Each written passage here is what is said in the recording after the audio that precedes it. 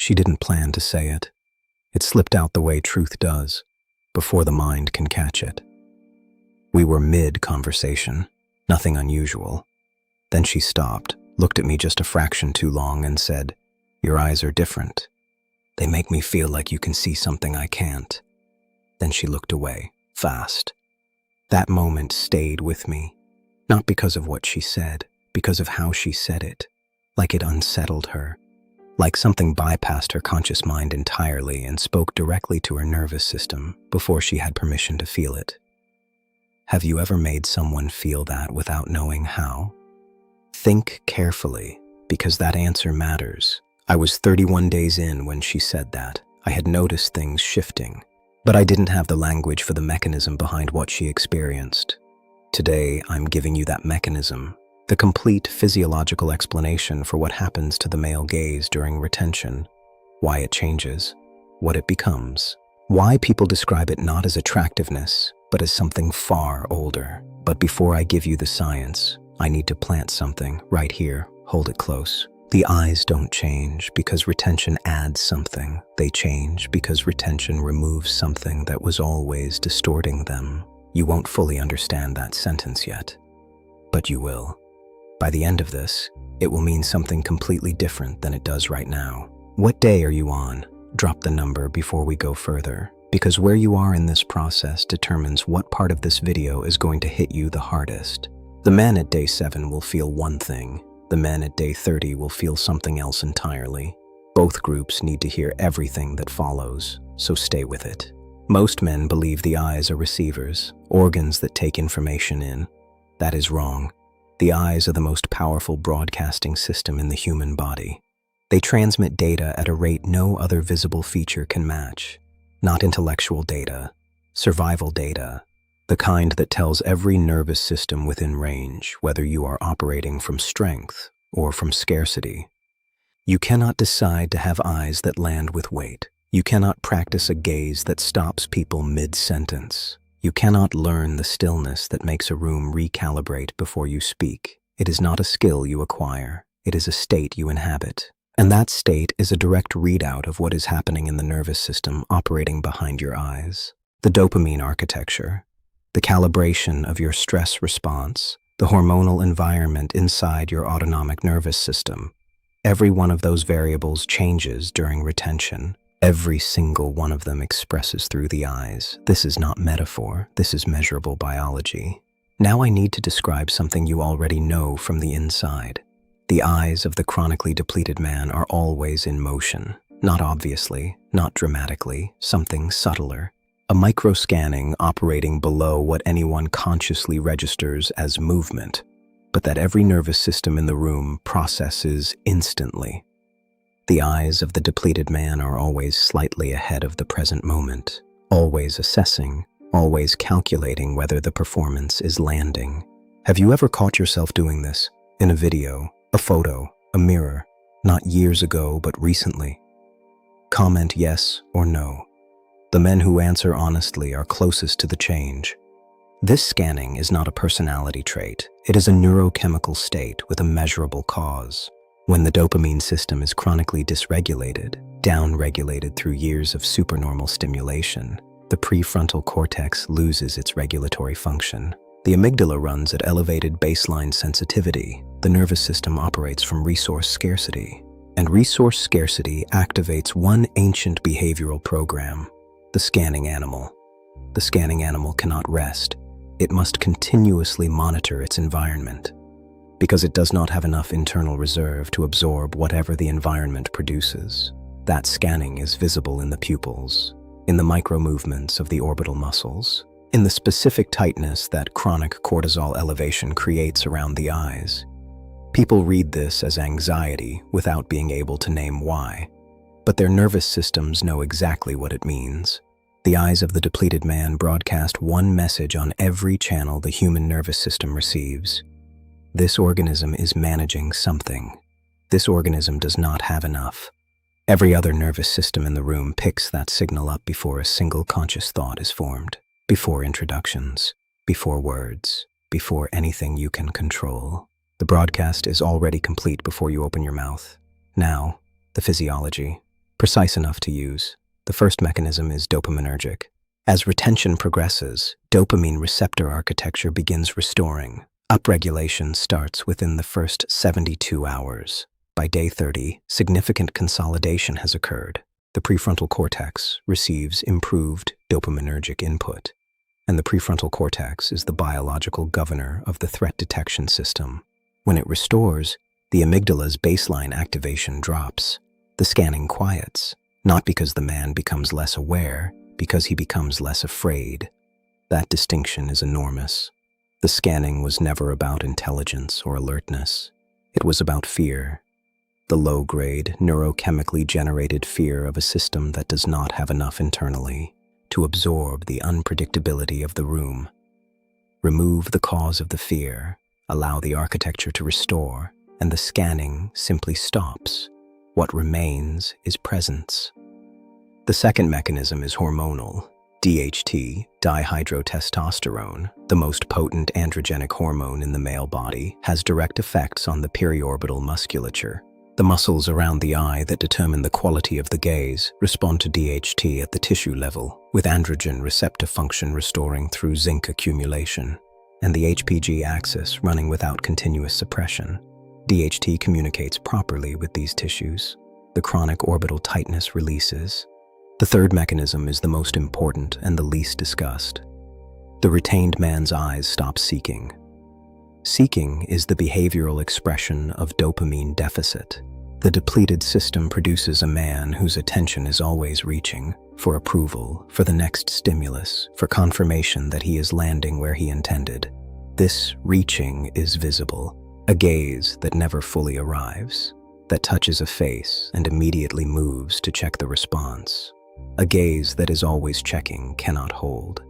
And the inability to hold is what people read as weakness. The signal of an organism that does not have enough internally to sustain the vulnerability of truly seeing and being seen. As retention restores dopaminergic function, the reaching quiets, the gaze begins to arrive and stay. Not because the man forces it, because the hunger behind it is gone. A gaze that has stopped seeking is the most unsettling thing most people will ever encounter, because it reads in the nervous system to nervous system language as the signal of something that does not need anything from this room, something present entirely on its own terms. Think about the last time you felt genuinely seen by someone, not evaluated, not assessed, not monitored, seen. How rare was that? When was it?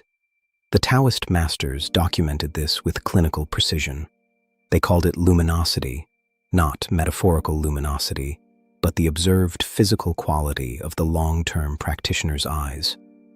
The sharpening of visual acuity, the stillness of the gaze, the specific way people responded to it as though being looked at rather than looked through. The Vedic tradition described the same phenomenon as tejas, subtle energy radiating from the face as a quality observers called alive. In Japan, the martial tradition developed metsuki, eye contact as weapon and diagnostic. The look of the master, the texts say, does not move, it does not hunt, it does not check. It settles on its object and is simply there, without the fraction of seeking that reveals the mind's incompleteness. The student's first task was not technique. Every tradition that took the male gaze seriously understood this. The eyes are trained through cultivation, not performance. 3 months after the conversation that opened this video, I was at a gathering. A man walked in I had never seen, not physically imposing, not the loudest in the room. He didn't work his arrival or demonstrate his quality through any of the mechanisms men use when entering a new social space. He simply arrived and sat. And I noticed his eyes before I noticed anything else about him. In a room full of men whose eyes were in constant micro-motion, assessing, checking, calculating, reaching, his eyes were still. Not the performed stillness of someone concentrating, the natural stillness of an organism not running continuous threat assessment, because it does not perceive threat, because it does not need anything from the room.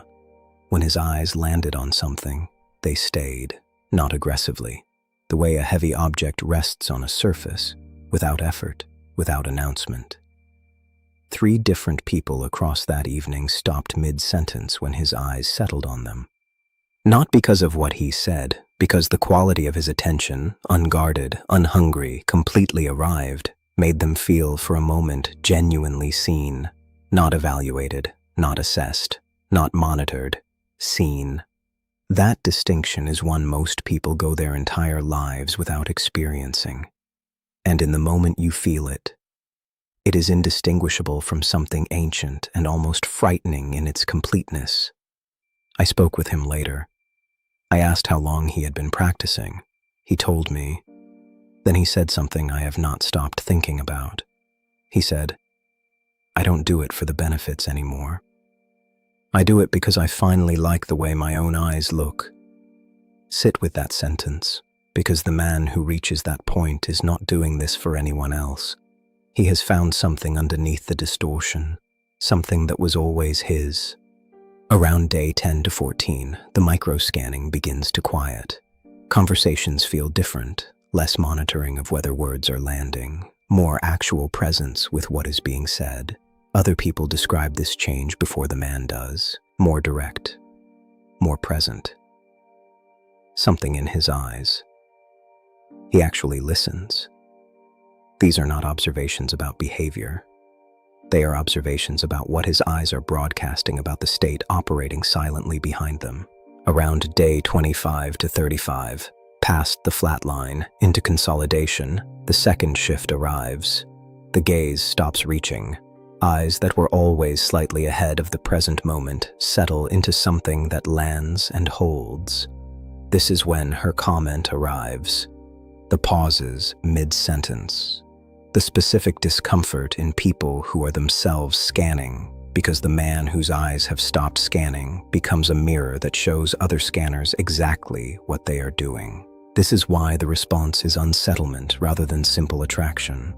Attraction is what happens when something appeals to conscious preference.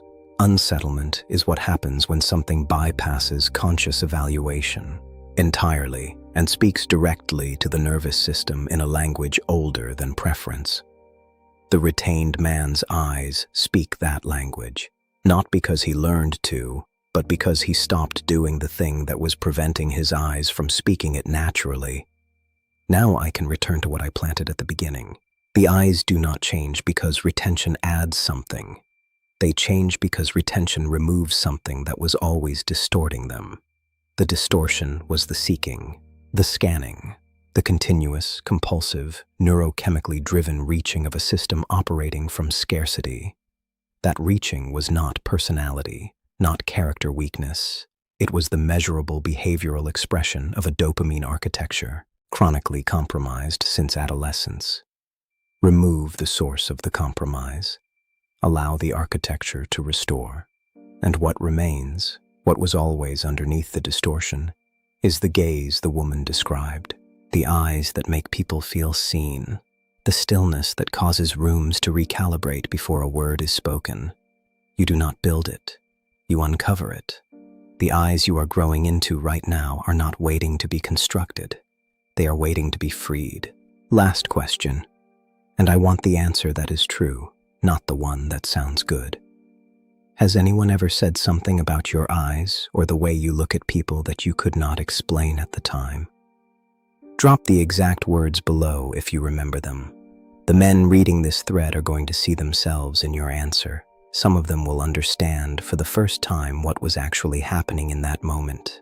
If this reached something real in you, if you felt even one sentence land in a place you didn't expect, then this video did what it was made to do. Hit the like button not as a gesture but as a signal to the algorithm that this content deserves to reach the men who need it. Share it with one person. Subscribe if you want to go deeper. The war has chosen you. We stand eternal.